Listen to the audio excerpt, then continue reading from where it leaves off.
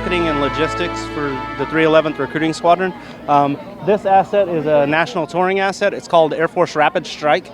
This asset will tour the country and provide people with a 6-minute mission spotlighting specific career fields in the Air Force and how they interact with each other to get a single mission done.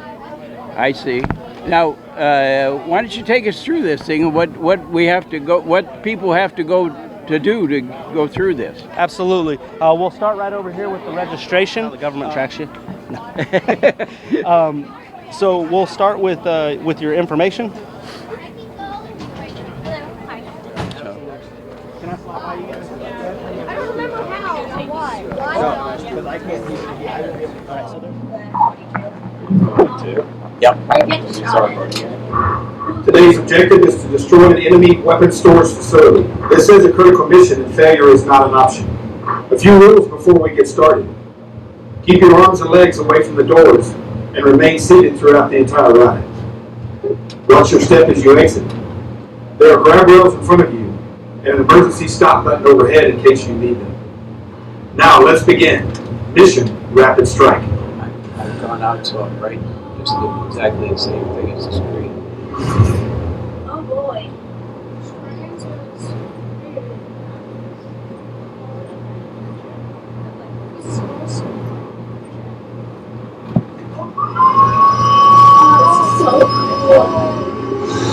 Yeah, this is Raptor 1, ready for takeoff. Runway 30. Raptor 1, you're clear for takeoff. Raptor 1,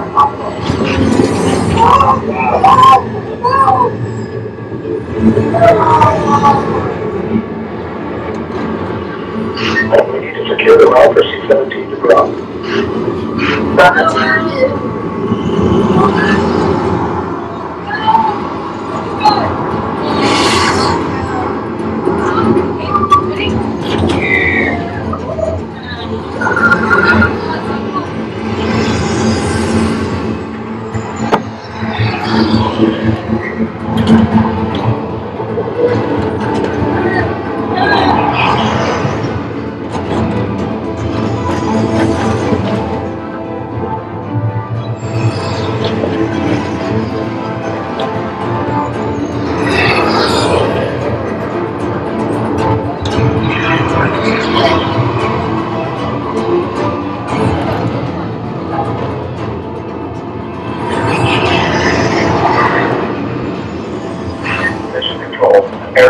For C-17, extra clean. Roger, Raptor 1. Keep it off. I'll take it from here.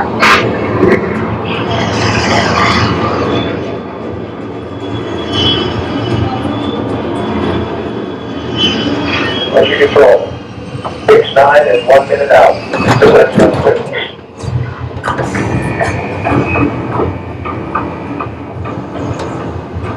Base 9.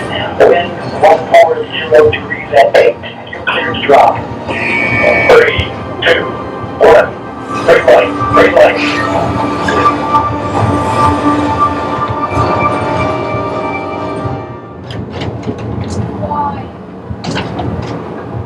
Well, clear.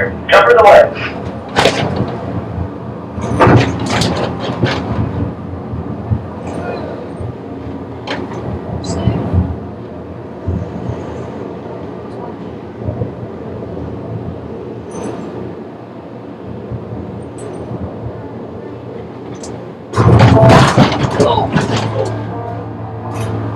Mission control.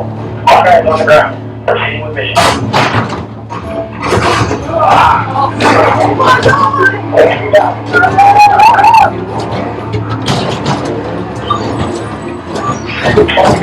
Level on the ring line. Looking for a contact strap.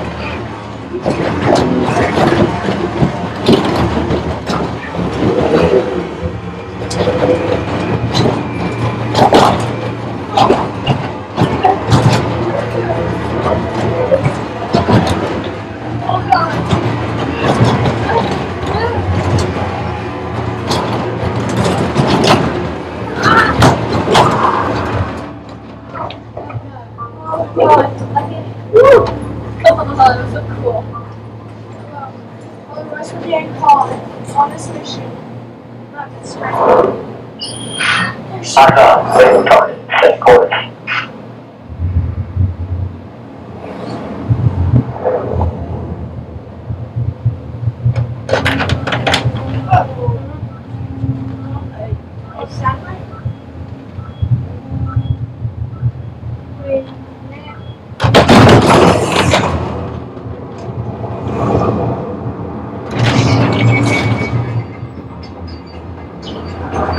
Target coordinates received. Laser 1122. Group is ready to engage. See the hot mark. Endpoint. Center of mass.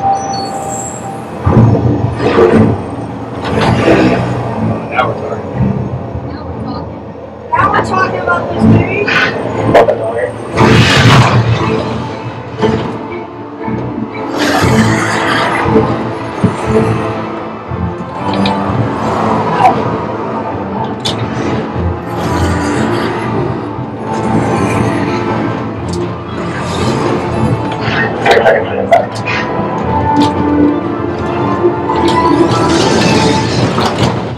Rapid strike mission complete.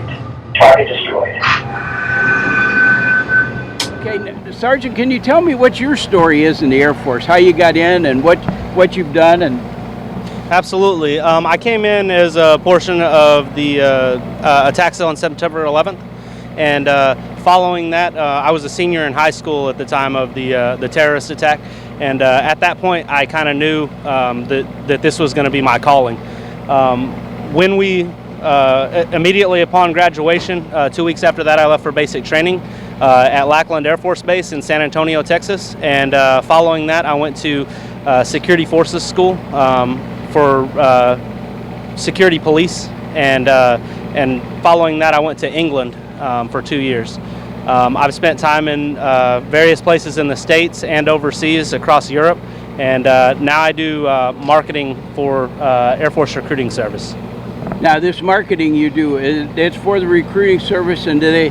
Are you all over the country, or are you just here in the Ohio area, or where? Our squadron is regionally located. We cover eastern Ohio and western Pennsylvania, up to Erie and down to WVU area. Okay, now how long have you been in the Air Force then? Just over 14 years. 14 years? Yes, sir. Gee whiz, you look awful young before you have a career in the Air Force for 14 years. Absolutely. I'm 32 right now, so like I said, I came in when I was 18 years old. So. And you've loved the Air Force so far? I mean, absolutely. You know, I really like the opportunity in recruiting service for us to be able to change young men and women's lives.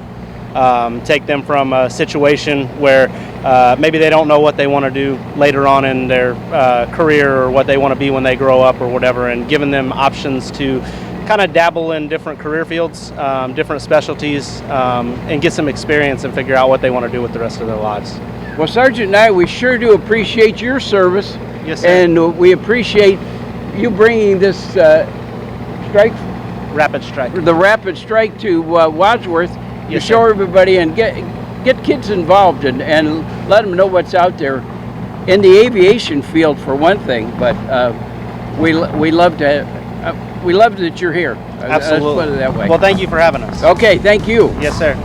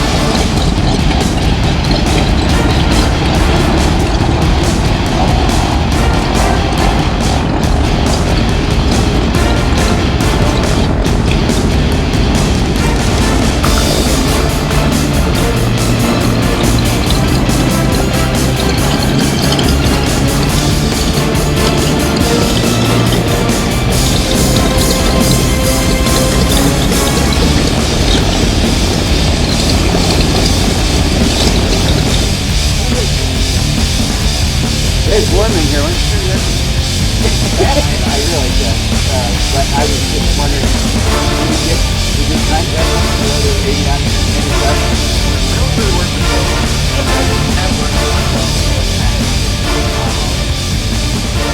And sir, your name please. I'm Paul Nillis, and I work for the Ohio University Avionics Engineering Center. I see you. And what do you do, Paul? I maintain this airplane for one and 5 other aircraft that Ohio University operates. How many? I was going to ask you how many aircraft do Ohio? Well, Ohio University owns quite a few airplanes for its flight training fleet and transportation purposes, but Avionics specifically has 6 airplanes, and we use them for avionics research exclusively. You know, we don't do any pilot training or any transportation. But it's just avionics experimentation then. That's correct, yeah. Well, that's and we fly all over the country. We've actually taken airplanes up to Alaska, and we did a lot of work for the ADS-B rollout. Oh, you did? In recent years. Yeah, we have over 1,000 hours between our King Air and our Baron for ADS-B rollout and checks. We still do a fair amount of ILS installs. We'll work for the people who are installing the systems, and we'll go and calibrate them and make sure they're flying right. And then the FAA can come through and actually certify them and put them into operation. I'll be darned. So you basically are still using it for what the airplane was designed to do. Yeah. I mean, this was a former FAA airplane and did that kind of work. Yeah, this airplane was November 7. It was with the CAA, the predecessor of the FAA, and then of course with the FAA. They converted it from a C-47 into a DC-3 and added quite a bit of equipment racks and special equipment and bigger engines, bigger generators, and they flew it as a flight check aircraft for many years. And then when they were done, they surplused it to the U.S. government, and we, in the late 70s, acquired 3 DC-3s for the Avionics Center. Okay, very good. So, and this is the one that we have And now, left. this airplane was built when? 1943. 1943. So she's Still going been strong. around. Yeah, a little over 28,000 hours. Actually, that's a low time for a DC-3. Very low. And the engines, I think the right engine has only 600 hours since its last overhaul. Left side is just 350 or so. So they're still running pretty well. Now, where would you get these overhauled nowadays? There's quite a few places that still work on them. Yeah, I don't have to struggle to find parts for this airplane. You can still, in fact, find new in-box parts from the 40s. I recently put a magneto on the left engine, and it was built in, I think it was May of '45 in the Bendix plant in, I think it was Elmira, New York. And it had sat on somebody's shelf for many decades before it wound up on my doorstep. And I did a condition check on it and checked everything out and ops check, and it runs great. It's still on there. That's good. That's good. Well, you guys, it's interesting to know that the university does this.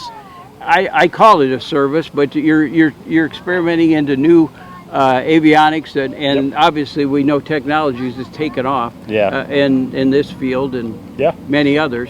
So we have our own students that develop new technologies, and we'll allow them to fly on one of our test beds. And we also do grant work for various other government organizations. If they want us to check a new piece of equipment versus something that we have verified working previously, we can let them know how well their equipment works compared to ours and give them a baseline so that they can continue to develop their equipment. Over the years, we've done a lot of work for the FAA, we've done work for NASA, we've done work for the Air Force, the Navy, and then major manufacturers, Honeywell, you name it. We've probably worked on it. We've been around for over 40 years now. 40 years that Ohio U has had an aviation program? Avionics. Avionics program. Yeah. Well, that is interesting to know. Yeah, not too many people know about us, and we're the airport is actually a little bit outside of where the university is, so it's 12 miles down the road. So we kind of hide out there, and our PhDs commute back and forth when they're working on something at the hangar versus working in their labs back in town. But yeah, we have a small department, but we do a lot of work. Very good. It's very nice to talk to you. It's good to talk to you as well. Okay, and thanks for bringing this airplane up and showing it to us. And I'm sure everybody's getting a big kick out of seeing it. Well, good. That's what we hope for. Okay. And I suppose you're doing a little promotion for Ohio University, Absolutely. too. Yeah. Well, homecoming's coming up soon, so maybe some alumni will see it and they'll think, oh, I'll go back to Athens. Well, there's for lots a of few alumni days. here in Wadsworth, I'll tell you that. Yeah, I think actually there's a local ice cream shop that's sponsored us to be up here today, and one of the people that works there, I believe, is an OU alum. So hopefully they'll come by and check the airplane out. There's a lot of OU alums here. So. Yeah. Okay, thanks Great. again. Thank you very much.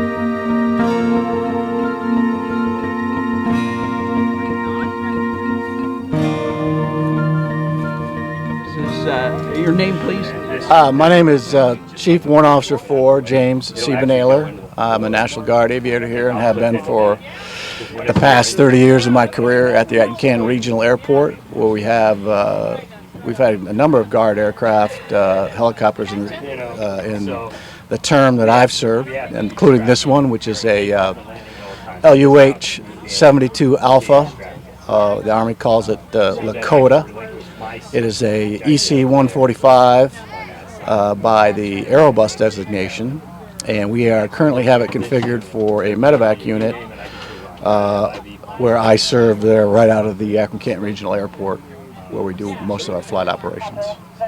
Okay, and how long have you said you've been here 30 years? Right, I've been around a long time. Most of the old-time pilots like me that we have a great deal of. We do have some younger guys coming up, but I've been flying for 30 years. A lot of guys have been flying for in excess of 25. So we're probably going to get some new stock in over the time that will cover the period when guys like me retire. So it's been a good occupation for a part-time guy, and I've had the privilege to fly for a long time and serve, which was important to me and a lot of guys. So we keep staying on. Okay, well, Chief, thank you for your service, and we sure appreciate you coming over and showing us what you guys have over at the Guard unit. Thanks for stopping and and having a chat with me, and hopefully you'll enjoy the rest of the day here. Okay, thank you, Canton. And your name, sir? Brian Orr. Brian, and how long have you been with the Guard? 30 years. 30 years you've been with the Guard. Correct. Now, what are we flying here? This is the CH-47 Chinook cargo helicopter. Okay, and your mission with the Guard? We do internal loads. We carry cargo, troops, supplies, and we do a lot of combat air assaults as well. Okay, and how long were you? Have you been on deployment to some of the foreign places that we hear about? Oh yeah, I've been to Afghanistan back in 2012. Okay.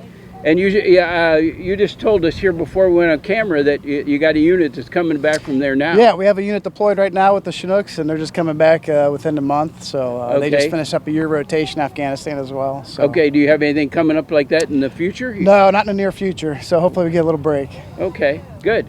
And well, I'll tell you what, we sure thank you for your service, and we're just glad to have you here at Wadsworth to show off your equipment for us, and it's so close, and we see you flying around all the time, but making lots of noise. Yeah, we'll try not to get too low, but yeah, we'll come by and say hi every now and again. Okay, well, we appreciate that, and we're glad to have you over there and doing what you're doing. Well, thanks for having us, and thanks for your support. Okay, thank you. What you're looking at is a BT-13, and it was a World War II trainer, and this was used as a basic trainer for the Air Force, or the Army Air Force at that time. So, okay, your name, sir? It's Charlie Cartledge. And Charlie, I understand this is your aircraft? Yeah, this is my TBM Avenger. And now what, this aircraft, explain the history of this aircraft a little bit. This was a World War II torpedo bomber. The design came out in late 41, so it actually started service in 42. They were used throughout the war, primarily a torpedo bomber. Towards the end of the war, they could put smaller bombs up in the bomb bay and also carried rockets, used in both the Atlantic and the Pacific. Mostly in the Pacific, it's the Japanese. Now, I know this airplane has a unique history, though, and can you explain a little bit of that history and what you did with it?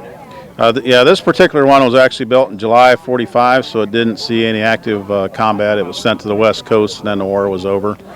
It was converted to a sprayer. They took all the armament off, put a spray tank in the back and spray booms under the wing, and use it for ag plane basically up in the 60s and up until the early 70s. And then it laid around kind of derelict. They used it for spare parts. They actually used it for a wind machine at one point. They used it to test windows. Just started up the engine to get 80-mile-an-hour winds behind it. So, and then it was auctioned off in 1984. It went to Florida, where they began restoring it back to original. And they worked on it a few years, and then I purchased it, and it was still basically just the shell of the fuselage. We reskinned about 90% of the airframe. All the components have been either remanufactured, remade, or reproduced. So it took 14 years to restore the airplane to 14 what you years see you today. spent on that. Yeah, Oh, that's a real project. And we actually restored it here at Wadsworth.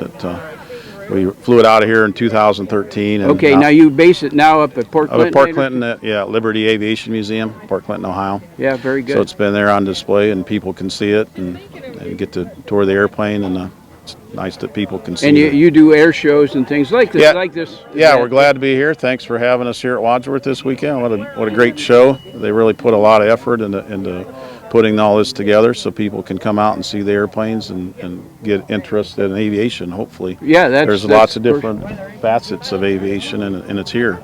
That's right. So, tell us your story a little bit. What do you know? How'd you get started in aviation, and what did you do? I grew up on Middle Bass Island. My dad was a pilot, not a commercial pilot. He was actually a World War II British pilot. He taught my brother to fly, and then I learned to fly.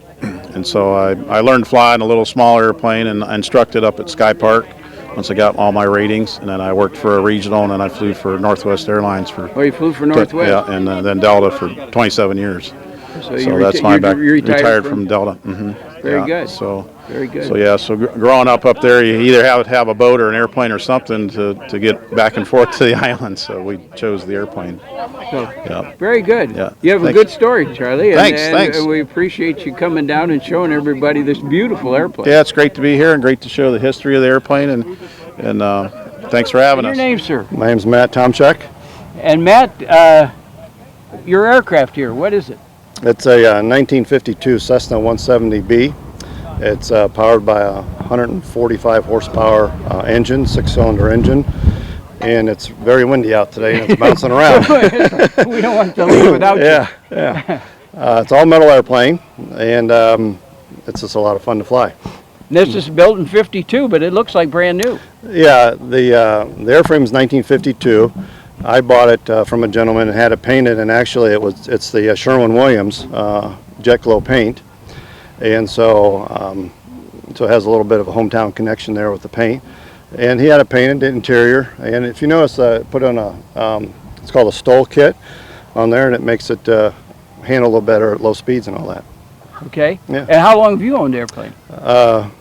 7 years. 7 years. About the same time as Josh has been married. We were just talking earlier that he just retired from the FAA. That's correct. Now, how long were you with the FAA? Almost 30 years. And what did you do with the FAA? I was in the capacity of in the manufacturing area. Anyone that builds airplanes and parts, our line of business went in and oversaw the production and quality. And also part of my job was to go out and certificate airplanes that folks build in their garages. The I see. The home builders. Yeah, like the one across the field in the hangar. Actually, I certificated that airplane for, his name's Bob Taylor here a few years ago. And now, can you still do that since you've retired? Can you? Yes, I have a designation, an authorization to allow me to go out and still certify home build airplanes and other activities. I know you certified John Fury's airplane. Oh yeah, I know John real well. And he's told me that he did know you well. Yep, can you explain to us, though, you're retired from the FAA, but what are you doing now? It sounds like it's pretty interesting. Well, like I said, with this designation, you can I can still act on behalf of the FAA. And so I'm hired with a company to install in-flight entertainment systems and Wi-Fi systems, and so it's given me the opportunity to do some overseas travel and work on a lot of really neat airplanes, Airbus, 340s and Boeing 747. Oh yeah, worked with KLM and Virgin Australia or some of the different aircraft that I've worked on here in the last year or so.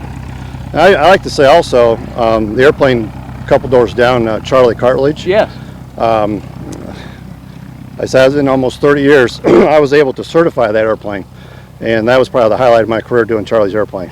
That was it. I mean, what do you say? It was 14 years putting it, building it, remanufacturing it actually. Basically, yeah, he did. I mean, it's an outstanding job, workmanship, and he spent a lot of time and effort and sweat and on that. So, but that was one of the enjoyable aspects of when I was working with the FAA. So. Well, that's good. Good. We appreciate what you did for the FAA and certifying these things and all the equipment on these aircraft. Right. And We appreciate having the interview. Oh, well, thanks. I didn't really come prepared, but that's okay. I think you did. I think you did. Yeah. Okay, thank you. All right, thanks.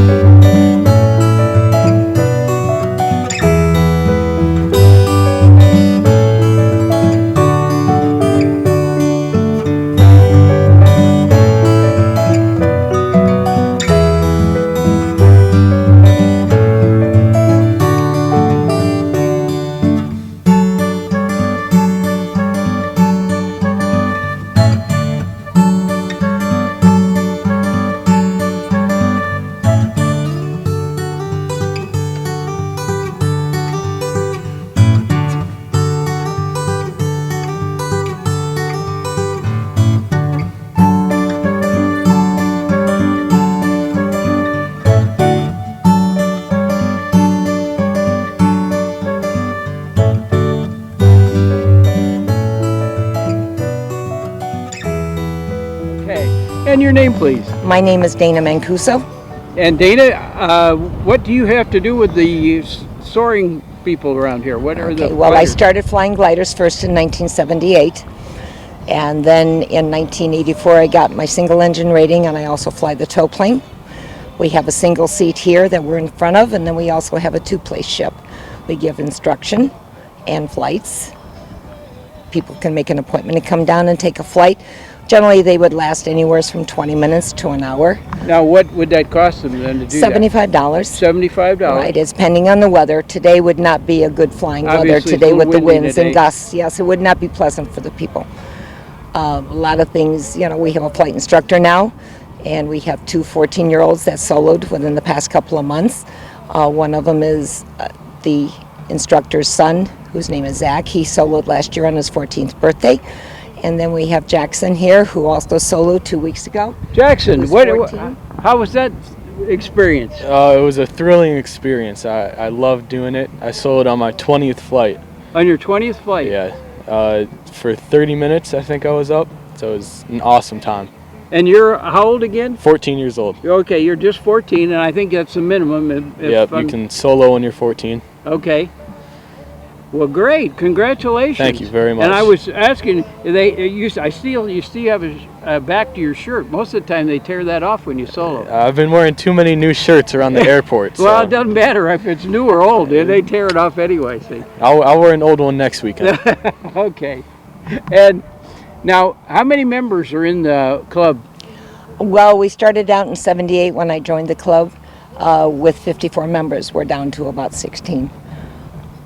So hopefully the new blood coming in, the two young gentlemen that are 14 coming in, will show that also young people can learn how to fly.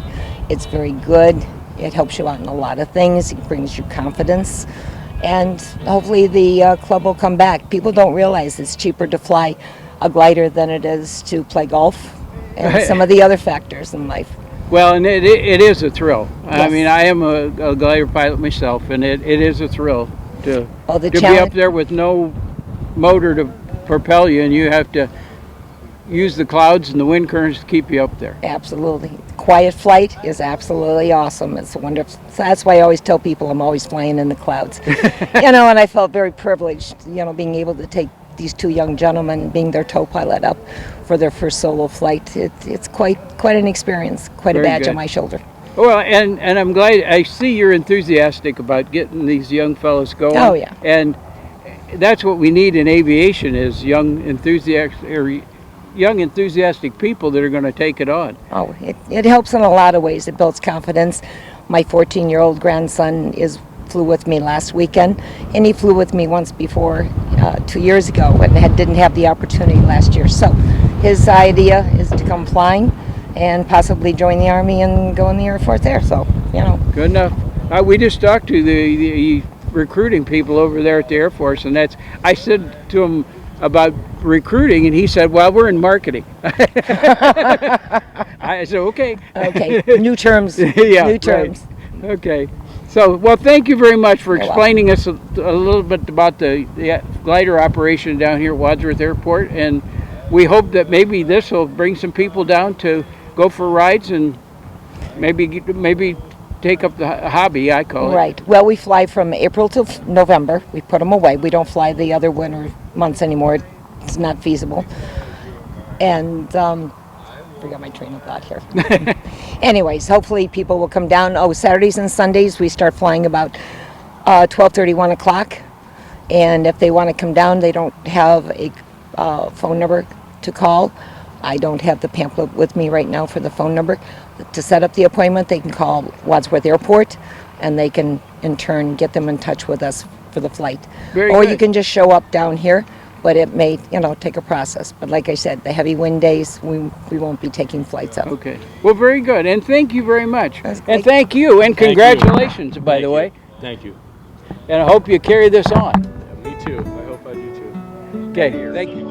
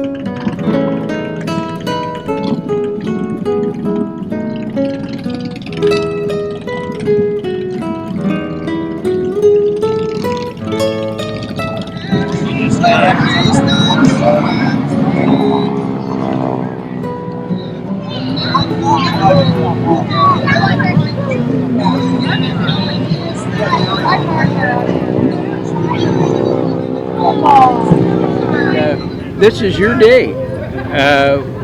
It's so neat that they were able to put this together and for you after this long time. So what do you think about it? I was really impressed and surprised at the crowd and the people that came. You gotta get away from that Purple Heart there so you can see it on camera. I'm surprised of all the people that came and congratulated me and welcomed me home, and it's an honor to, number one, serve, but I'm real impressed with the crowd that came out and all the thank yous I just received and all right, last call everything. For 6505 for the winning ticket for a Well, we're T6 glad, section ride. we're just happy to You were part of the finally get 3095 this thing for you. ticket, So it's 6505. been a long time. And what did you go All right, through to moving on do to the next one. to prove that you you were the guy? I had 6441. I kept The getting last four papers, numbers. 6441. long far between. The evac hospitals that I went to, and it says PH not awarded at this time. And then I'd go. I found out my captain was still alive, and he was down in Texas. He wrote a nice letter, but that wouldn't work. And I just, kept trying and trying. Right, the last and I one for the finally got it. motorcycle ride was I'd like to. There was one girl that wrote me a letter and brought me home, and I'd like to put a word out for her and thank her. And Next one, her name was the Lavina 644 Shearer, run shows up in this Scherer. 6382. If anybody knows, have her get a hold of me somehow. Oh, you never met her then? Oh, I met her, and she wrote me many letters, and that's what brought me home. Yeah, I'd like to talk to her. I owe her a big apology, and I'd like to talk to her. You could be in it right now. And Ticket number 6382. I hope this gets to them. Well, we do too. We do too. Okay, and thank you. Well, congratulations on getting this thing in, and thank you for the service that you provided us. They've been drawing names for the motorcyclists that came in. They're in a drawing to win a T6 ride. I don't know if you guys got footage of this that baby there. So it must have drawn about 7 or 8 tickets. Some people didn't put their name and phone We number, did get so a they're winner. yelling out the ticket number, nothing. Some of the ones' phone numbers, they're not answering. So they just got hold of Robin. Robin She won. Bova's on her way back. She's going to be the winner of the 3095 T6 ride. Right around the corner. She just now left and she's turning She's it around. coming So back, she'll be so right they back. got it. We'll be Robin. calling the next raffle tickets within the next hour. And then we're going to be doing there's another T6 ride, and that's a $400 and some value. I forget what it is, a half-hour ride or something around here. So they're going to draw that for people that are buying raffle tickets here at 2:30, plus all the 50-50 tickets and all the basket raffles. Not yet done so, as they said.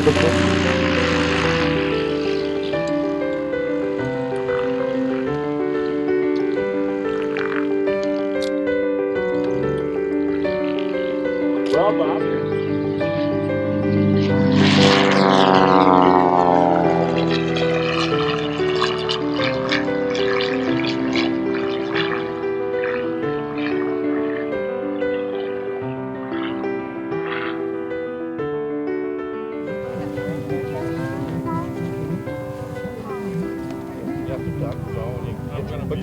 Back in the seat. That lets you drop down quite a bit, and then you get in. What can you tell me? It's called a Kolb. It's a design, a guy named Homer Kolb designed it back in the 80s. And the slick part of the design, not just that it's a pusher, but it folds up in about 15 minutes. The widest part's the gear. It goes in the trailer. Oh, so you can take it with you, just hook it on the back of the car? And It goes in the trailer. I trailered it out to Monument Valley, and the wife and I flew to the Monument Valley with it. I take it to Florida every year. That's right. And slow, 70 miles an hour, but it's 620 pounds, 80 horsepower, so it really is a good performer when it's just me in it. 300 feet, I can have it in and out of someplace. Okay. That's all I need. Long front yard. Where are you from? Portage Lakes. Oh, so where do you fly out of, though? Portage Lakes. Portage Lakes. I fly out of Mayfield, which is I know where Mayfield is. It's under the 5-mile ring at Akron County. Yeah. And your name, sir? I am Joel. Joel? Yes, and I'm also K8SHB. That's my call sign. Okay, my dad was W8IA. There you go. So, today we're doing amateur radio as a presentation. Get some more people interested in what amateur radio has to offer. For me, amateur radio, it's an outlet to be able to talk to anybody all over the world. I've talked to people in Kobe, Japan, Moscow, Russia, Cuba, Ireland, all over. But using a very similar setup, 130-foot long, 135-foot long dipoles. I just happen to bring my own trees. That's good. That's good. And they're 30. It's 30 feet in the air, and then in the mobile command center that I set up, I have a radio that operates off a car battery, and that's what puts out the 100 watts of power. Okay. And I have a generator, but the only reason why the generator is running is to power my laptop. Okay. Everything else runs off a car battery, including the lights inside. Okay. So. And you're just trying to get people more involved in ham radio? Yes, exactly. Ohio happens to be one of the states that has the most involved people per capita. Really? Oh yes. Yeah, because we have the terrible winters. Everybody wants to bunker down and sit on the radio and talk. So it works very well. And I know there's a club that meets up at Bueller's every Saturday morning. There's quite a few guys. I don't know if they have a name for their club or not, but I'm not familiar with them only because I live in Cleveland. Oh, I see. You're from Cleveland. Okay. Yeah, so I got up at 6 o'clock this morning to come down to do this and present. Well, good. Well, good. We're glad to have you. And ham radio is important during disasters and things like that. Well, a lot of people have said that ham radio is dead, and every single time there's a disaster, it's not dead. One of the common things nowadays that happens is the Medina 911 system failed because a steam line opened in Akron and killed the communication lines. My friends in amateur radio backhauled the 911 calls over radio and for the 6 hours until they got it back up and running. Is that right? Yeah. Well, good. Yeah, so these are the things that you can be called out to supplement technology when technology fails. So. Okay. Well, thank you very much Thank for you your very much. explanation. We appreciate it. You're welcome. Nice to see you come down for Thank this you. event. If you want to get some time on the radio, I can get you on the